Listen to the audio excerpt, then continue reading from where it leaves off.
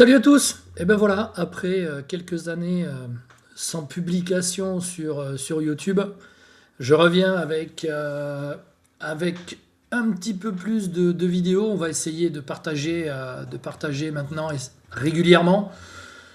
Non pas parce que j'en ai besoin, non pas parce que c'est une nécessité, mais tout simplement qu'on est dans un changement, on est dans un paradoxe au niveau des algos qui nécessite un petit peu de relancer certaines machines comme justement les vidéos sur YouTube.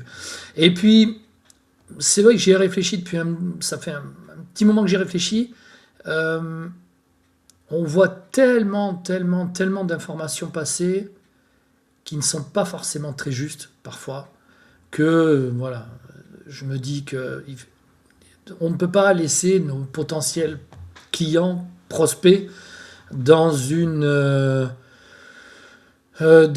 éducation qui ne serait pas forcément la meilleure et surtout la bonne, avec des infos qui seraient euh, fausses, mal interprétées, mal jugées, mal tout ce que vous voulez, et qui pourraient surtout induire en erreur. Aujourd'hui, on a un business vraiment, comme je le disais au début, en plein mouvement.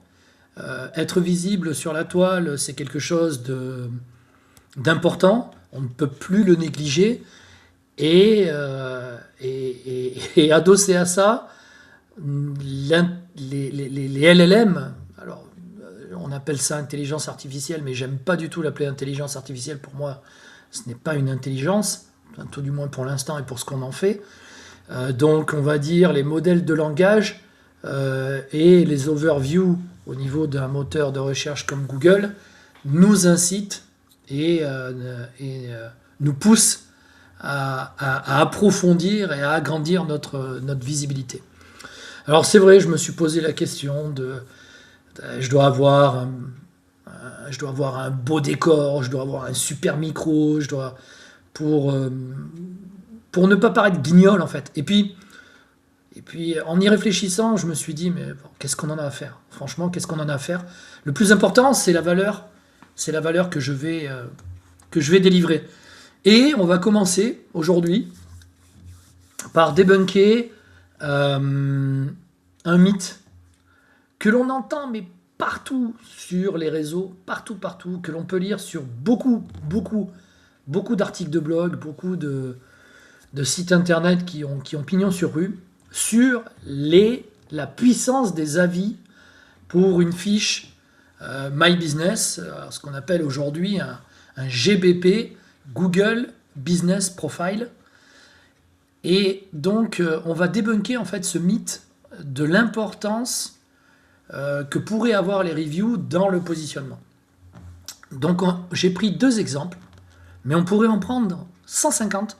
Ça serait exactement la même chose.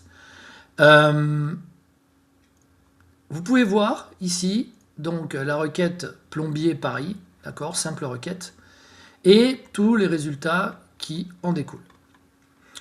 Bien sûr que toutes ces fiches-là, forcément, sont optimisées. Ok, sinon elles ne seraient pas là. Forcément qu'il y a une corrélation avec le site internet qu'on peut voir, ici, et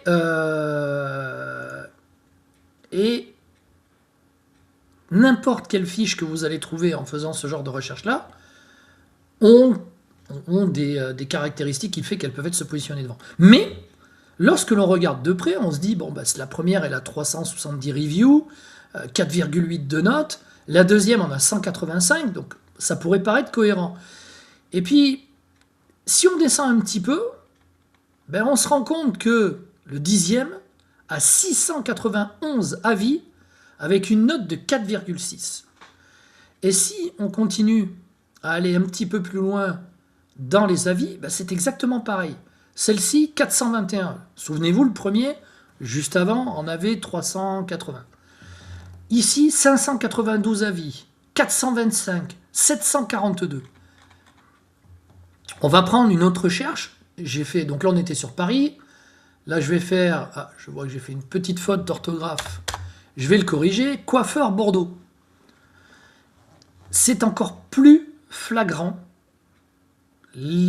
cette notion que les avis, en fait, ne sont pas prépondérants pour être positionnés en premier, en second ou en troisième, tout du moins dans le top 3 de l'affichage sur la recherche Google.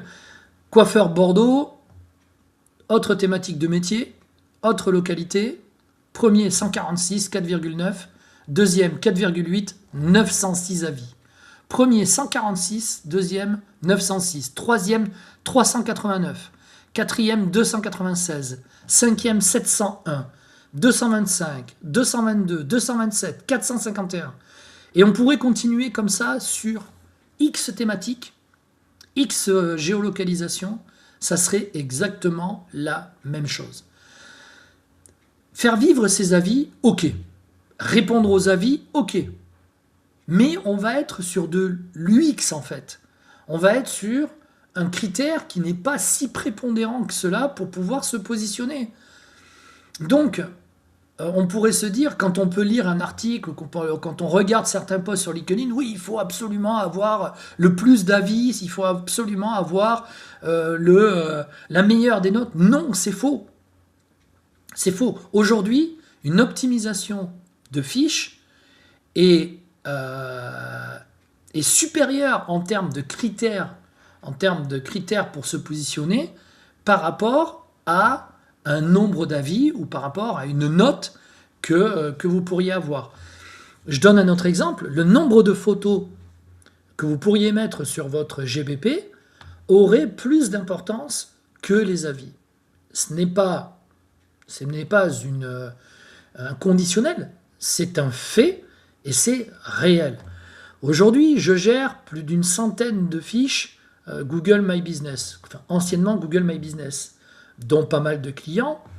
Et donc, je peux tester, on va dire à grande échelle, ce qui fonctionne et ce qui ne fonctionne pas.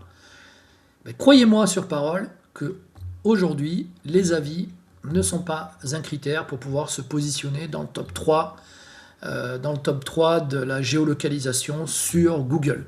On en a un exemple très concret ici. On en a un deuxième exemple très concret ici.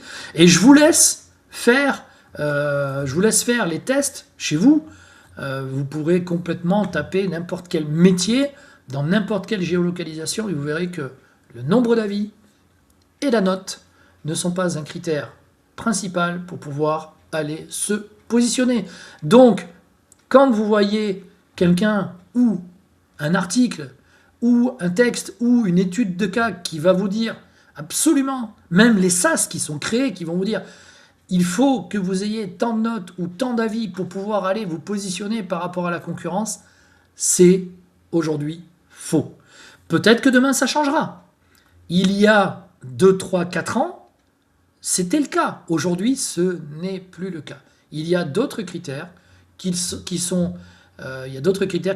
beaucoup plus importants pour pouvoir aller se positionner. Je vous laisse faire les tests de votre côté. Moi, quoi qu'il en soit, je sais ce qu'il en est et je sais comment positionner mes clients pour qu'aujourd'hui, ils fassent partie du top 3 de Google. Je vous donne un exemple très concret, puisque j'ai rien à cacher. Donc, je vais vous montrer un de mes clients. Terrasse-Bois Biarritz. Aujourd'hui, mon client DBS Terrasse-Bois est premier sur la map. Voilà, alors, lui, il a 31 avis, mais le second en a 30, avec une note de 4,8. Pourquoi celui-là est second et que mon client est premier? Tout simplement, car il y a des optimisations faites à côté que le second n'a pas fait. Et si on va plus loin, on peut certainement trouver, ben voilà, David Wood Sazu, 36 avis. Ma terrasse extérieure, 57 avis. Vous voyez, donc, les avis ne sont pas un critère prépondérant. Et mon client, je peux vous dire qu'il prend des contacts venant de son positionnement en top 1 sur la géolocalisation. Voilà. Les avis ne sont pas un critère important pour se positionner dans le top 3 pour votre GBP. C'est débunké, je vous dis à très vite pour une autre vidéo et je suis très content encore une fois de revenir ici. C'est difficile, sachez-le, car c'est un exercice que j'ai pas fait depuis très longtemps. Je le fais from scratch, j'ai pas de prompteur, j'ai tout dans ma tête, c'est des idées qui me viennent. Je fais de la vidéo, je vous le sors brut de décoffrage. Donc soyez indulgents. Je vous remercie pour votre compréhension, votre aide, votre soutien.